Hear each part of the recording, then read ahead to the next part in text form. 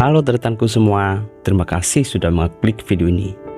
Di momen kali ini, kita akan menjelajahi pemikiran perjalanan hidup dan warisan intelektual seorang anak muda yang pernah mengguncang dunia pemikiran Islam di Indonesia. Siapakah Ahmad Wahid?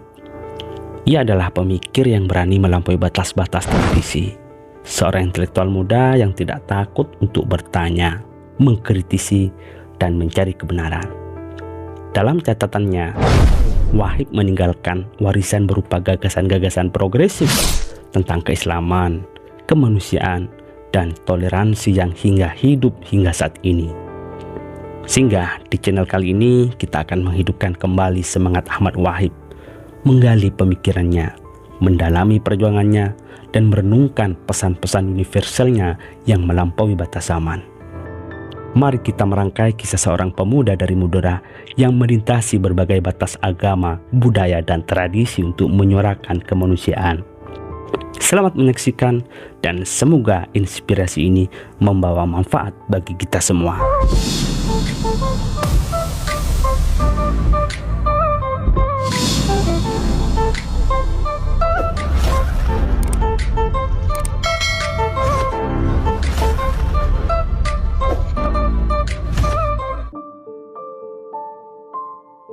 Di sebuah desa kecil di Kabupaten Sampang, Madura, tepatnya pada tanggal 9 November 1942, lahirlah seorang anak muda bernama Ahmad Wahid.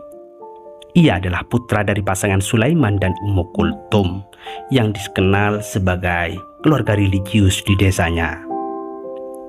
Ayahnya Sulaiman adalah seorang guru ngaji yang dihormati oleh masyarakat dan memiliki banyak santri. Lingkungan agamis tempat Wahid tumbuh membentuk dasar kepribadiannya yang kuat.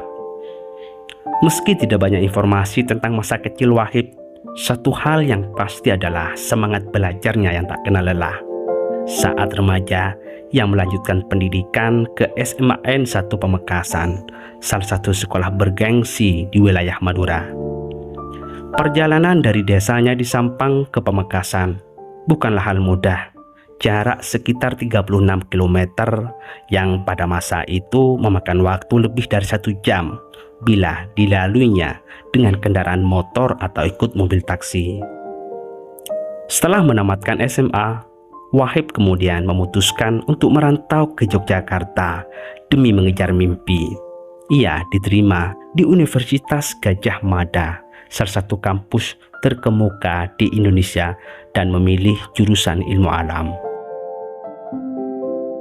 Lebih lanjut sob, pada tahun 1967, Wahid yang tengah berada di masa aktif sebagai mahasiswa UGM. Di sela-sela kesibukannya, ia kemudian lalu bergabung dengan organisasi Himpunan Mahasiswa Islam, sebuah organisasi yang kala itu menjadi wadah bagi mahasiswa muslim untuk mendalami nilai-nilai keislaman sekaligus memperjuangkan cita-cita kemerdekaan Indonesia. Bergabungnya Wahid dengan HMI bukanlah semata-mata untuk berorganisasi. Yang melihat HMI sebagai ruang untuk belajar, berdiskusi, dan memahami lebih dalam hubungan antara agama dan kehidupan bermasyarakat. Wahid sob sering terlibat dalam diskusi-diskusi hangat, di mana ia dengan kritis mengupas berbagai topik keislaman, ilmu pengetahuan, dan persoalan kebangsaan. Kan tetapi semakin dalam Wahid menyelami perjalanan intelektualnya, semakin ia merasa ada batasan dalam ruang yang disediakan HMI. Beberapa pandangan Wahid bertentangan dengan doktrin organisasi, dan ia kemudian merasa tidak sepenuhnya bebas untuk menyampaikan kritik atau gagasan alternatifnya.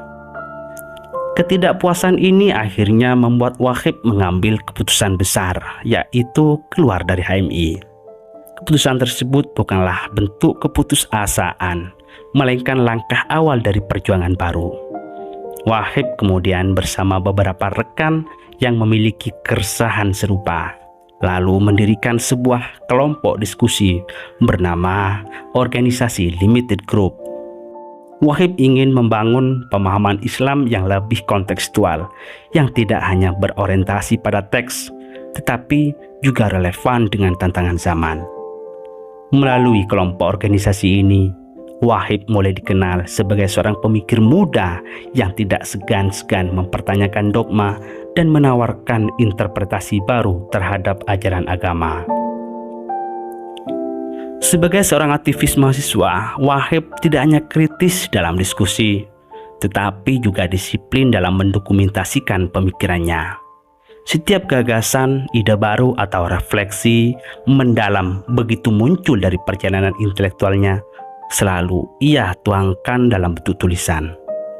Catatan-catatan tersebut disusun secara rapi dalam buku hariannya, menjadi saksi bisu perjalanan seorang pemikir muda yang terus bergulat dengan berbagai pertanyaan besar tentang agama, masyarakat, dan kemanusiaan. Johan Effendi, salah satu sahabat terdekat Wahib, pernah memberikan kesaksian tentang ketekunan Wahib dalam mencatat. Ia mengungkapkan bahwa Wahib memiliki 17 buku catatan tebal yang semuanya ditulis tangan.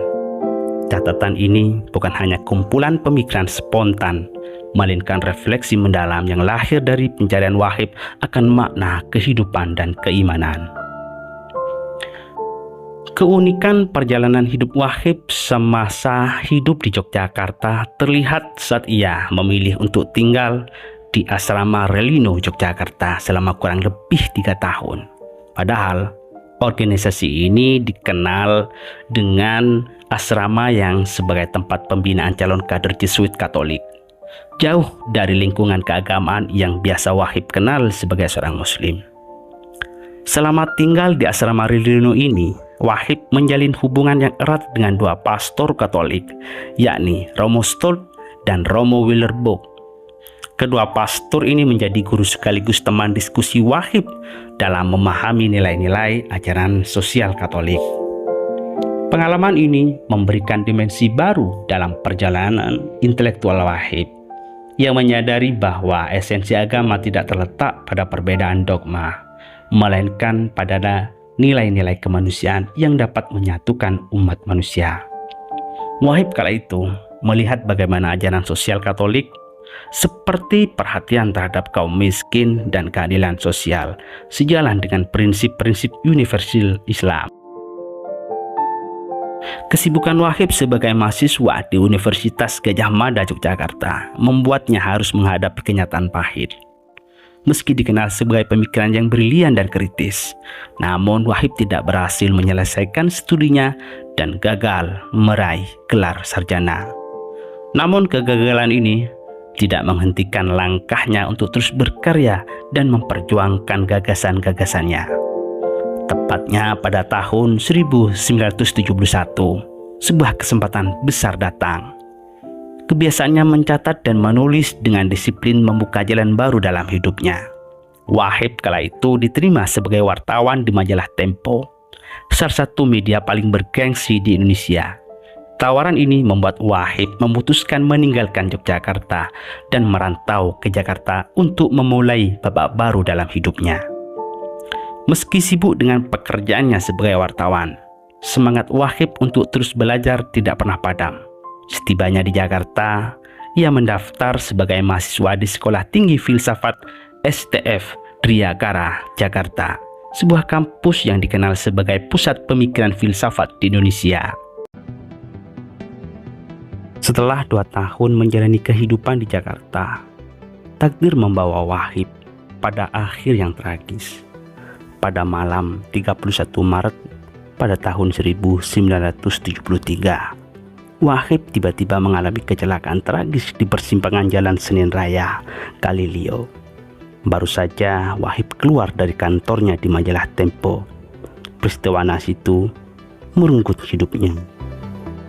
Dalam kondisi kritis di tengah jalan, Wahib ditemukan dan ditolong oleh sekelompok gelandangan yang menunjukkan sisi kemanusiaan yang seringkali luput dari perhatian. Mereka segera membawanya ke Rumah Sakit Gatot Subroto. Namun, karena luka yang terlalu parah, Wahib dipindahkan ke RS Cipto Mangunkusumo. Sayangnya, nyawa Wahib tak tertolong. Ia menghembuskan napas terakhirnya di dalam mobil ambulan dalam perjalanan menuju rumah sakit. Wahib dimakamkan di TPU Menteng Pulo, Jakarta Selatan. sebuah keputusan yang menimbulkan tanda tanya bagi banyak orang. Tidak diketahui secara pasti mengapa keluarga Wahib memilih untuk memakamkan di Jakarta, bukan di kampung halamannya di Sampang, Madura.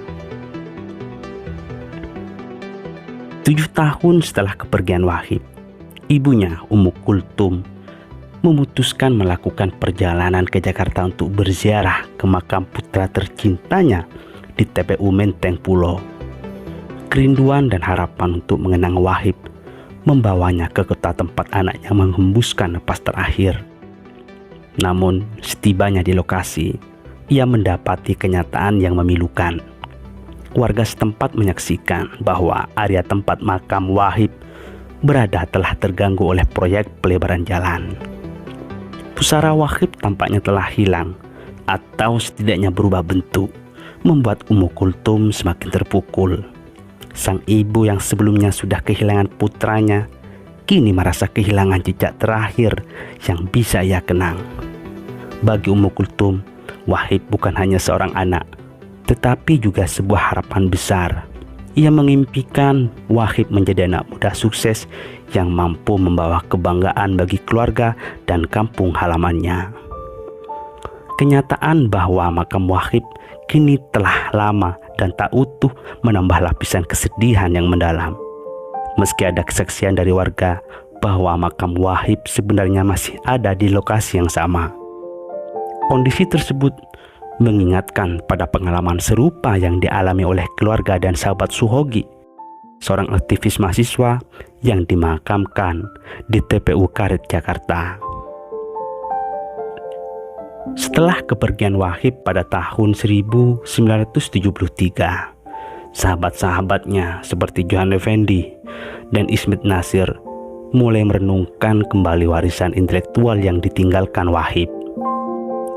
Di antara banyak kenangan, mereka teringat pada catatan harian Wahib, sebuah tulisan tangan yang mengabadikan pemikiran, pergulatan intelektual, dan refleksi spiritualnya. Johan dan Ismet menyadari bahwa catatan tersebut bukanlah sekedar tulisan pribadi, melainkan dokumen penting yang mencerminkan semangat zaman. Dengan semangat tersebut, mereka memutuskan untuk menyusun dan menerbitkan catatan harian Wahib menjadi sebuah buku yang diberi judul Pergolakan Pemikiran Islam. Dalam proses penyuntingan, mereka melibatkan Mukti Ali, seorang intelektual dan menteri agama pada era Soeharto. Mukti Ali yang dikenal sebagai tokoh moderat dan pemikir progresif melihat potensi besar dalam gagasan-gagasan Wahib.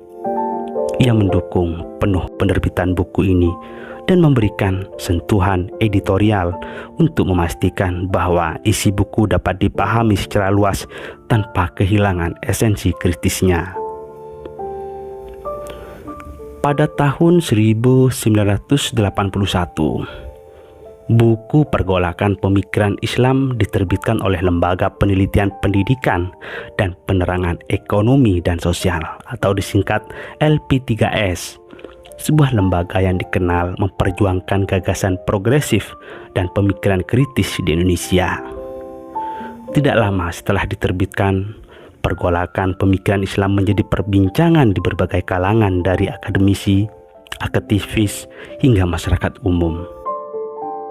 Sebab gagasan Wahib ini dianggap kontroversial oleh sebagian pihak, tetapi ada juga yang memuji sebagai inspirasi bagi generasi muda untuk berani berpikir kritis dan menjelajahi pemikiran baru. Dalam buku ini, Wahib menunjukkan bahwa agama bukanlah sesuatu yang statis, melainkan dinamis, senantiasa bergerak dan berkembang seiring dengan perubahan zaman.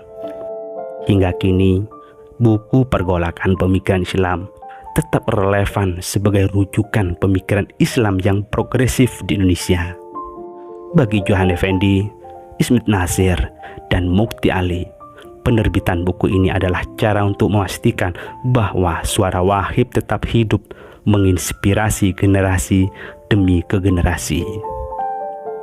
Ya, Ahmad Wahib mungkin telah tiada, tetapi melalui Pergolakan Pemikiran Islam ini, ia tetap hadir di tengah-tengah kita sebagai seorang pemikir, pelopor, dan simbol keberanian intelektual.